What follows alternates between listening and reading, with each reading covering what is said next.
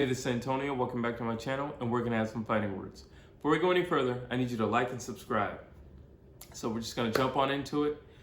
The rumors going around is that the money team, Floyd Mayweather's Promotions, they're trying to get Tank Davis a fight.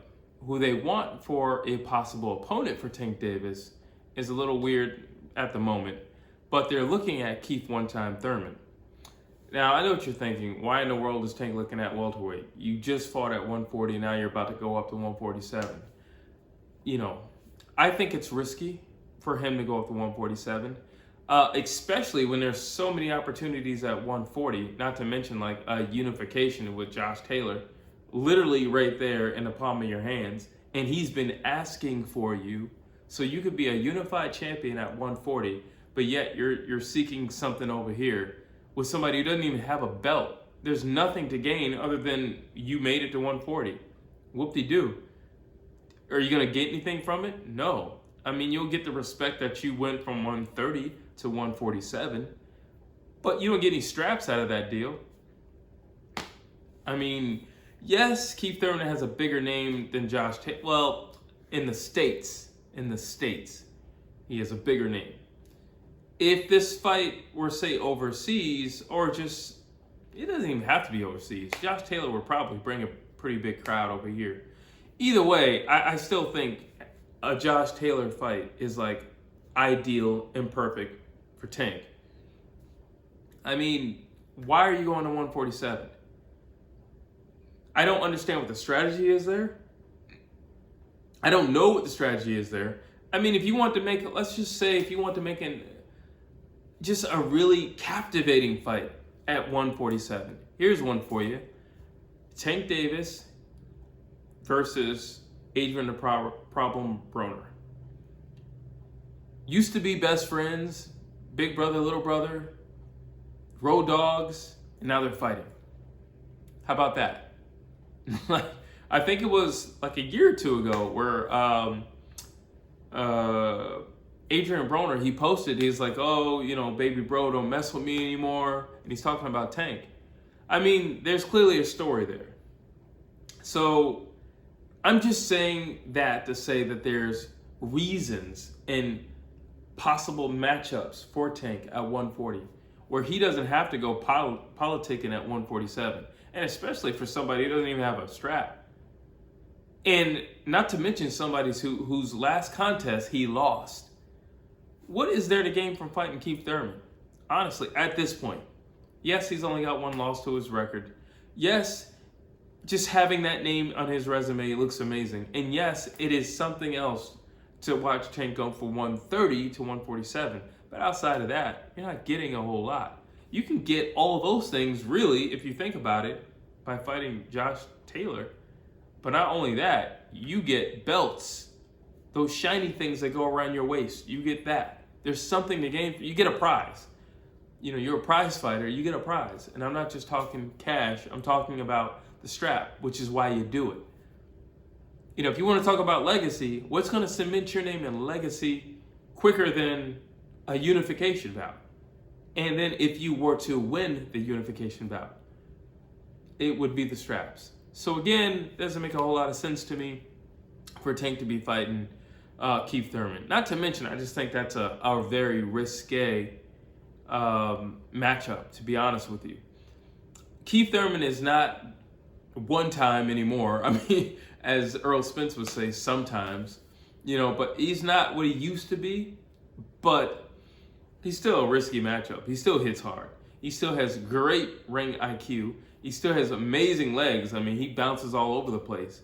So, he's a very defensive fighter. He's very offensive, don't get it twisted, but he doesn't like getting hit. So he's very defensive as well. Is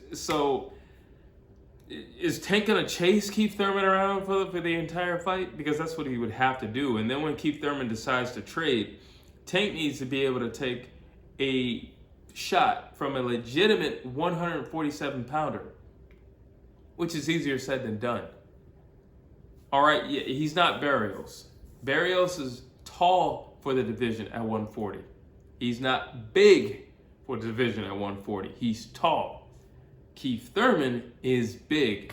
He's a big dude. He's a very big dude. So there's a difference in size. There's definitely going to be a difference in punching impact when you feel that shot. Now I get it. Tank he spars with welterweights and everything, but he's not sparring top 5. He's not sparring top 5. He's not. I understand. I mean, well, I don't really understand it, but I'm just saying, if they want to make that fight, I get why Keith Thurman is the perfect candidate for Tank. Just for that division to welcome Tank in. Keith Thurman's last fight, he lost. And it was a grueling last fight. Now, I know what you're saying. Well, it was a long time ago. It's a year and some change. Yeah, it's been a long time, but still, you get the right fight, it can take a few years off your life. That's number one. Number two, he lost. And number three, you're talking about Keith Thurman, who's had how many surgeries? His elbow, his shoulder, his hand, his knee. I mean, the guy's starting to look like Mr. Potato Head at this point with all the surgeries and everything. So I get it. You're looking at a guy, or you might be thinking, maybe he's a little broken at this point. And maybe he's not mentally where he needs to be. After all, his last fight was a loss. Yeah, possibly. Or he could have been doing his homework and been in the gym the entire time that, the circumstances around the world. He could have been in the gym the whole entire time. Could have been. And you could wake a sleeping lion. That could also be. And then the money train stops because you put this boy in here with this man who's much bigger, hits a whole lot harder, and knows his way around the ring.